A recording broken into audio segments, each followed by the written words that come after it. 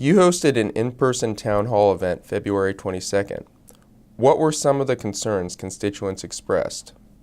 Well, the biggest concern people has about potential tax increases, and they're also worried about the Department of Transportation having a lot of inefficiencies. They want to see reform. They want to know what the progress for reform is, and so that was one of the things we heard. They also have Randy Becker, who was nice having a joint meeting with so many.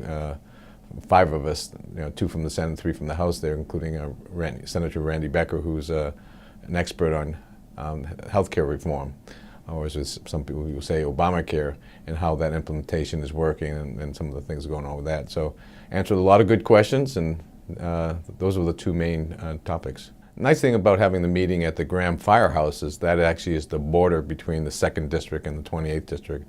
So we had rural meeting the suburban districts, and we had almost 100 people there, and it was great questions, and I think between the 5 of us, we were able to give a lot of information to the people in attendance, and they asked a lot of great questions. Session adjourns March 13th.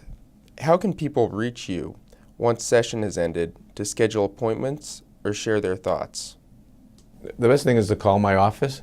We do have an in-district office in University Place where we can meet there. There's also other places within the district if it's more convenient that I'm willing to meet. We have some different coffee shops and that are kind of my favorite places in Lakewood or DuPont.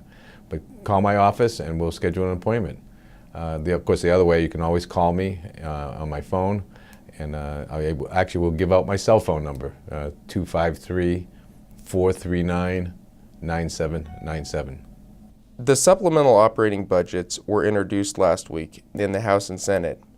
Do you foresee large differences between the 2 proposals? What I've been told is that haven't done a full analysis myself of them, that they're pretty close. The differences between them are not too far. I think there's been a lot of coordination done.